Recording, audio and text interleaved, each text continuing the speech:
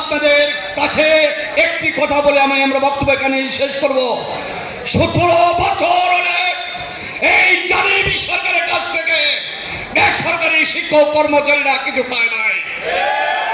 আশা করি আমাদের নেতা অধ্যক্ষ সেলিম মিয়া স্যারের মাধ্যমে তার হাত থেকে আমরা জাতীয়করণের তালিকা পাবো ইনশাআল্লাহ।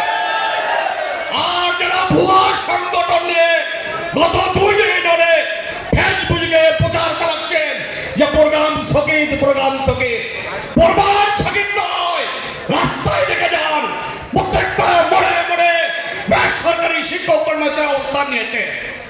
আমরা পরিষ্কার বলে দিতে চাই, আমাদের নেত্রী দেশ নেত্রী বেগম খালেদা জিয়া 2 বার নয় 3 বার আমাদের নেতা সেলিম মিয়া স্যারের মাধ্যমে চাকরি জাতীয়করণ ঘোষণা করেছেন। আজকে